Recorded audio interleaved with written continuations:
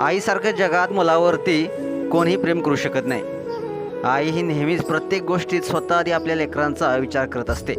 स्वतः उपाशी राहून आपल्या मुलांचं पोट भरत असते। आईच्या तिच्या मुलावरच्या प्रेमाची एक नाही तर लाखो उदाहरणे आपल्याला सोशल मीडियावरती पाहायला मिळतात। सध्या सोशल मीडियावरती एक व्हिडिओ प्रचंड व्हायरल होत आहे, ज्यामध्ये एका आईचं आपल्या लेकराबद्दलचं प्रेम आपल्याला ह्या व्हिडिओत पाहायला मिळणार आहे।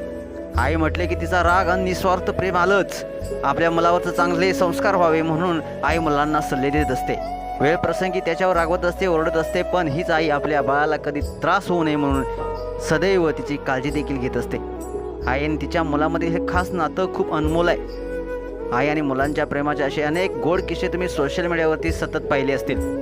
सध्या असाच एक व्हिडिओ सोशल मीडियावरती प्रचंड व्हायरल होत आहे। तुम्ही या व्हिडिओमध्ये पाहू शकताय, ट्रेनमधून प्रवास करणारी ही महिला ट्रेन स्टेशनवर थांबली असताना मुलासाठी दूध विकत घेण्यासाठी खाली उतरते।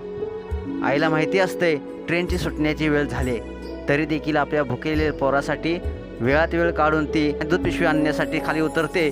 तोपर्यंत ही ट्रेन मात्र सुरू होते। ट्रेनमध्ये तिचं बाळ असल्यामुळे ती धावत ट्रेनच्या बाजूला येते आणि रडायला सुरुवात करते। आईची ही तळमळ एका गार्डच्या लक्षात येताच गार्ड आपली गाडी थांबवतो।